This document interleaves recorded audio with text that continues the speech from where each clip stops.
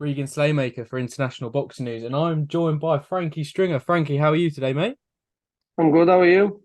I'm very well, thank you. We were just talking a bit off camera. I do want to jump into your amateur achievements, if that's okay. So, Yeah. for those who don't know, Tri Nations gold medalist, national champion, and you also boxed for England at the European Championships as well. I mean, some accolades there, mate. How do you look back on your amateur career right now? I think I could have done a bit more, but I was messing about and I weren't taking it serious as I should have. But with the Europeans, what you just mentioned there, I didn't go. So what happened was me, Dennis McCann, Adam Azim, and a kid called Patrick Connors.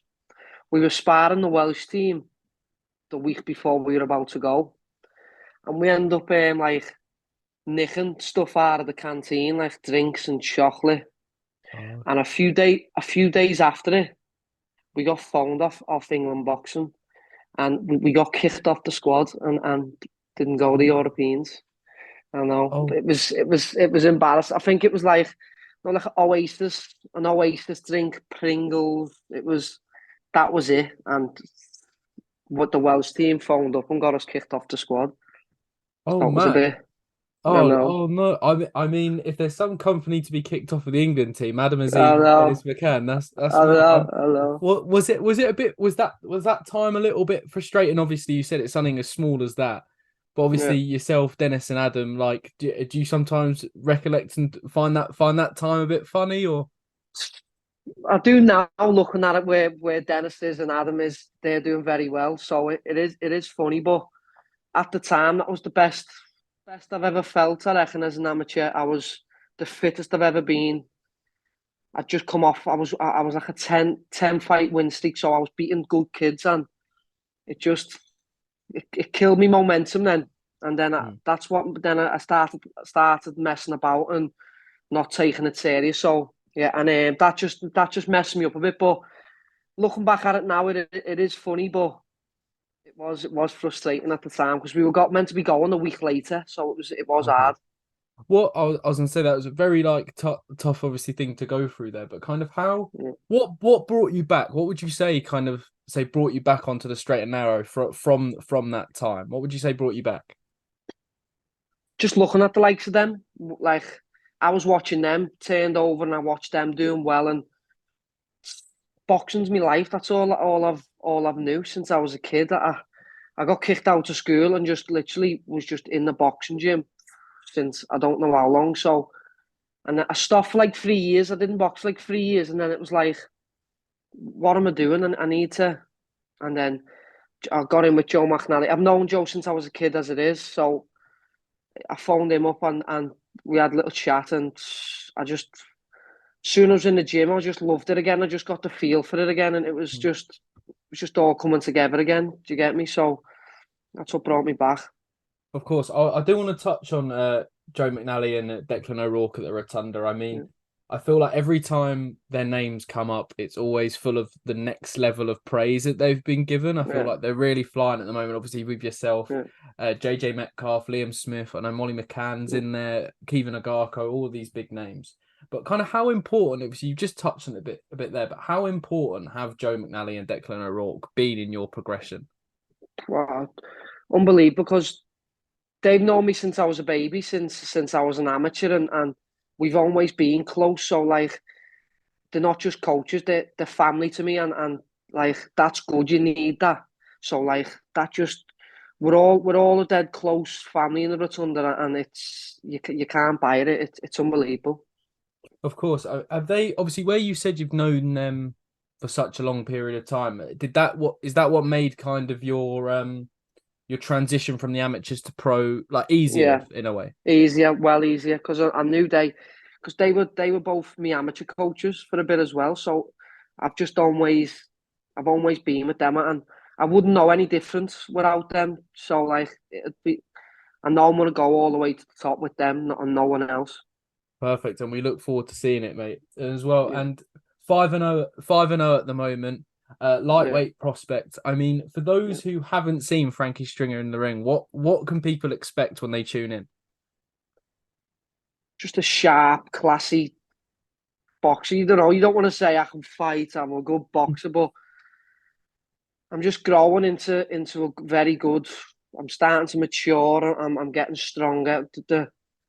I'm 5-0. I haven't got any knockout yet, but it'll all come together. It just gradually like getting there. So it'll come. I'm just can't explain. I'm just a good. I'll be very excited for fans anyway. Put it that way. Perfect, and we do look forward to seeing that, mate, as well, exciting the fans. I mean, when can we see you next out? Obviously, we'll touch on Liam Smith in a minute, but could we see you feature on that undercard with his rematch against Eubank? I think so. I think that is my next one. Yeah, I don't want to confirm it and that, but I am 90% sure that that's my next one.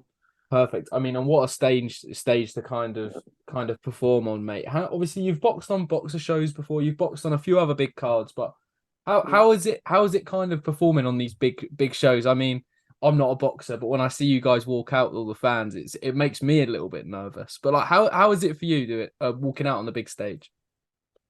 Well, on my debut, I fought in the Echo Arena, but I was float, so I could have been on any time.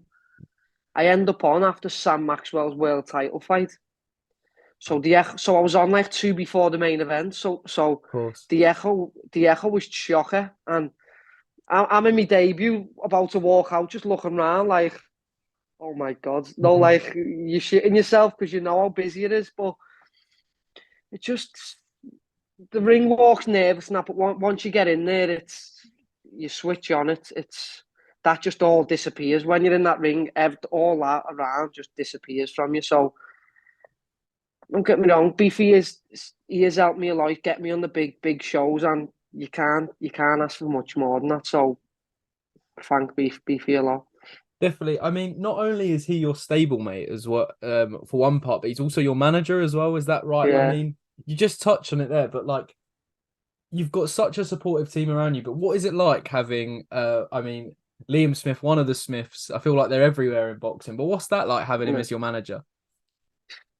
He's been there and done it all, and he's a veteran. He's clever. He knows everything. So there's no one I'd rather have than him looking after me. Like I look up to him. Like I look up to him a lot. Like even him. Like what I was saying before with Joe Mack and Declan. I've known him. Like I've known them all since I was a kid. And I remember Beefy saying, "When you want to turn pro, I'll manage you." So that also give me the the push to. I want to turn pro. Beefy's managing me, so it's unbelievable. He knows so much about the game. What I mean, when someone like Liam Smith says that to you, I mean, Yeah. I can see the smile on your face already. Like, what Yeah. what are your initial thoughts when that happens? It's just like you're like that's what made me. I was so excited. Like I went back and told my mum and my girlfriend like Liam's just said when I turn pro, like he'll manage me. So there's one of my steps. No, and then Joe Mack. I always wanted to go with my coach Joe Mack. There was no one else who I'd rather go with. So it was all penciled in. Like it was just when the time come. Well, I mean that's an incredible story, that is, mate. And I mean, Yeah, I do want to touch on Beefy's rematch with Eubank Jr. I mean, I feel like at one point it was never going to happen, the rematch, and yeah, then I feel like in the space of a week it went from Eubank fighting Conor Benn to then the rematch being announced. I mean, yeah. but how is everything in the gym with Beefy, and what is your prediction for the rematch with Eubank Jr.? I think it's going to be the same way. I don't know if as early or it could be even earlier, but I can just see it happening the same way. I just think Eubank's just it's gonna be hostile again in that arena again, and I just think he will just shit himself really. Perfect. I mean, that is a clip that's going straight online, mate. What a prediction for that one. And Frankie, mate, thank you for giving me your time today. It's been a pleasure. We ask everyone who comes on the channel this. What does boxing mean to you? My life, it's me everything now, and when you're a professional, it's gotta be your life. So even as a kid, it's just I've knew nothing else. I stopped going to school to go in the gym, and I wouldn't have it any different. I love the game. Perfect. Well, Frankie Stringer, thank you very much for your time today, mate. And we look Nice one. forward to seeing you go 6-0. That's right. Thank you, mate. Good No speaking to worries. you.